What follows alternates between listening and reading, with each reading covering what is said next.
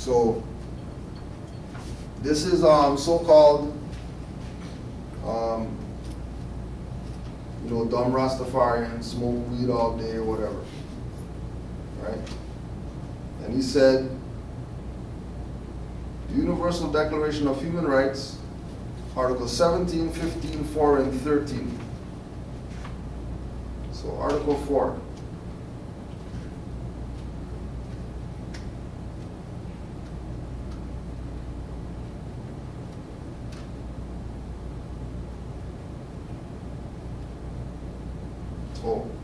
Article 15, Declaration of Human Rights. Everyone has the right to a nationality. No one shall be arbitrarily deprived of his nationality, nor denied the right to change his nationality. Now, the Rastafarians look at Haile Selassie as their supreme representative. He has a nationality. He doesn't call himself black. He doesn't call himself African. He doesn't speak from that perspective of, white people, black people, and all that stuff. He talks about nations. He's their supreme head. And then the guy right below him, Prince Emmanuel, is telling them, look at the Declaration of Human Rights, specific articles, Article 15, talking about nationality. So Rastafarians been partly told. Or they were at least told that they have a nationality, but they weren't told what it was.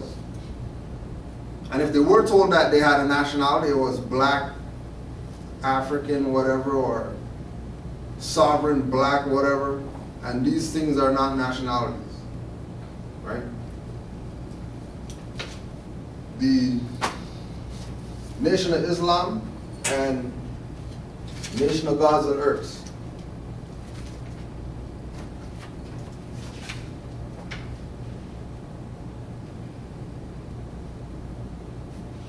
So in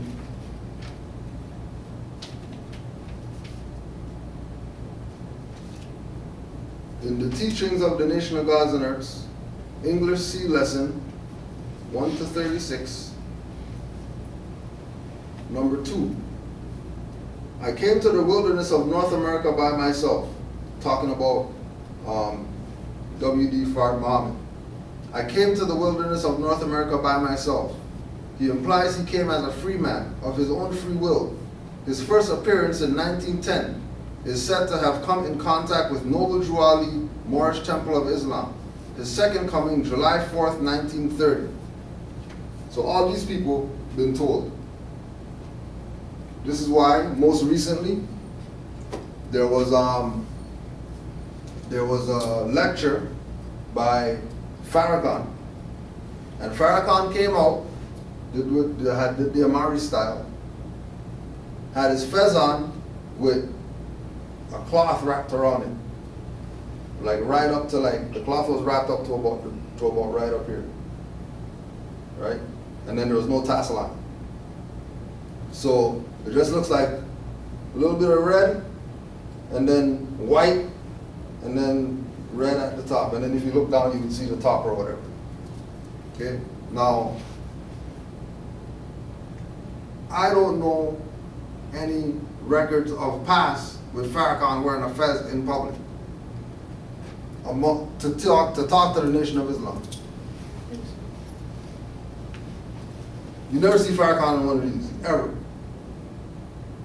So if he's starting to wear this, that should be relaying something to the people who are out there listening to him as their, representative. They should be considering what it is that he's telling them in symbology. Because he can't. The reason why with the individuals who have this information and can't tell is because they took checks already. 99% of the people who we call so-called our leaders or whatever sold out. So there's no real representation. The people now have to represent themselves. But you can't, and you will not succeed in representing yourself in a dead status. So Garvey has had their supreme head, Marcus Garvey, who went to court with charges and all that stuff because he did mail fraud and all that. And they buried him.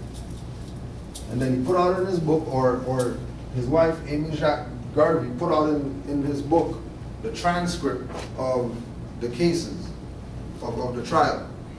When they put the stuff in, it said, Marcus Garvey, the front page of the transcript, Marcus Garvey, plaintiff in error. And then it went into the case or whatever. Now, the plaintiff at that time was U.S. because they were the ones that were going against him, right? So Marcus Garvey was the defendant. Marcus Garvey was listed as defendant in error in the trial. So if the plaintiff is in error and the defendant's in error, then that's supposed to be a mistrial. And there's not supposed to be no court session, no nothing, nobody getting deported, no whatever, but if the defendant has a lawyer who works for the court, then they're not going to bring up that argument in order to get the stuff done with. That's why you're never supposed to hire a lawyer, because the lawyer always works for the court. So what Marcus Garvey did in a letter is tell all the Garveyites that the only way they're going to be happy is if they're restored to their own nationality. That's the only way they're going to be happy. That's Garvey, who the Garveyites and the red, black, green people and, you know what I mean, dead prez and all these people say, oh, they rep him. Well, if you rep him so hard, what's that nationality that he said you're supposed to be restored to? And how come you haven't proclaimed it? Because if Garvey's your all and be all, then you should probably do what he says. How come you haven't proclaimed that nationality that's supposed to restore you to happiness? Right? So there's keys that were dropped to people from the leaders, and the people disregarded those keys and chased after things that they figure they can put on people to get them to jump on board so they can have momentum. Because if they just told them straight what it was, then there would be no need for them personally, right? Now, there's to be civiliter mortuus. There's to be civiliter mortuus, and then there's to be impropria persona.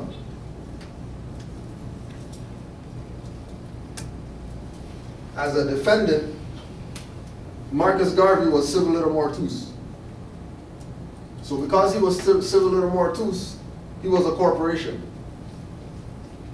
U.S. was plaintiff in error because U.S. is a corporation. A corporation can't sue a corporation because they're artificial. So it would have to be a representative of the corporation to sue the representative of the other corporation, right? There's not a McDonald's logo and a Burger King logo going to court. If McDonald's is suing Burger King, it's going to be representatives that go and speak on the matters, not the corporation that's listed. So because he's corporate, constitutional law doesn't apply. Whereas Muhammad Ali was corporate as Cassius Clay. But he said he doesn't want to be Cassius Clay. He wants to be known as Muhammad Ali. And then when he became known as Muhammad Ali, then he wasn't civil litter mortuus anymore. And he didn't have to go to the war. Supreme Court even backed him.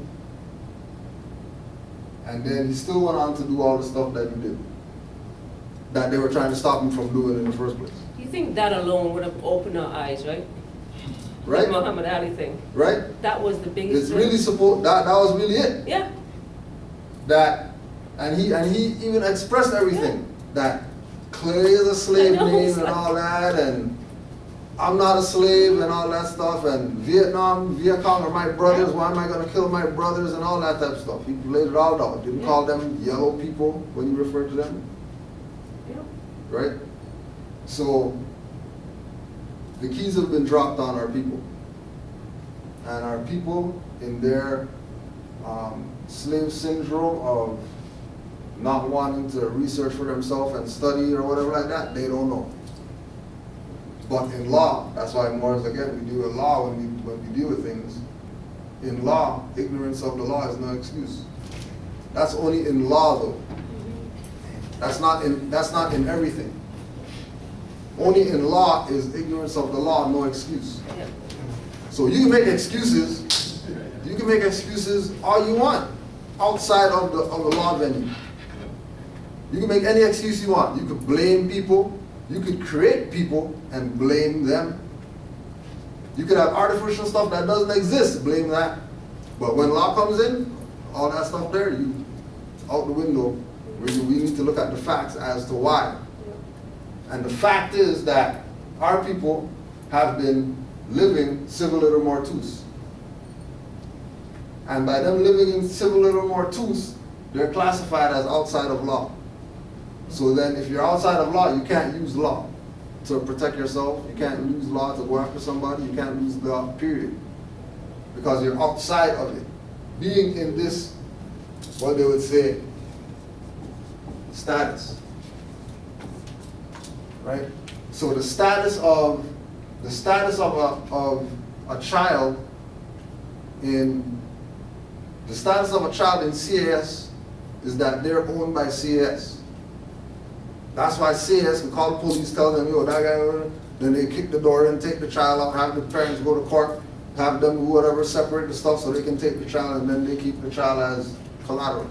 Because the status of the child was not that it was living entity. The status of the child was that it was civil litter mortuus because it had a birth certificate, which makes it not in propria persona.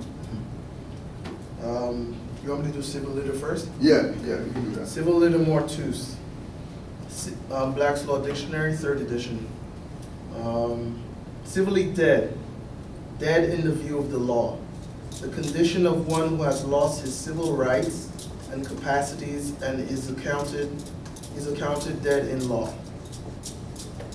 Civil litter mortuus. Okay. So our people say that they're trying to get their civil rights recognized.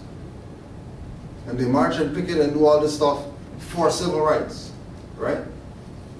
Now okay, do it like this.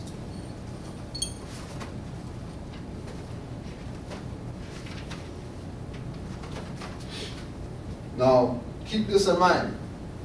Civil litter mortuus, definition, means civilly dead and loss of civil rights, which is what our people are fighting for, to get recognized and acknowledged, right? One will take note that all people mentioned in these government plans, blacks, Indians, Latinos, Puerto Ricans, and poor whites, do not include a de jure national name or title. All these words are descriptive chattel brands coined by Europeans as substitute pedigree parentage names and were forced as appellations on indigenous people of the Americas and their own discards.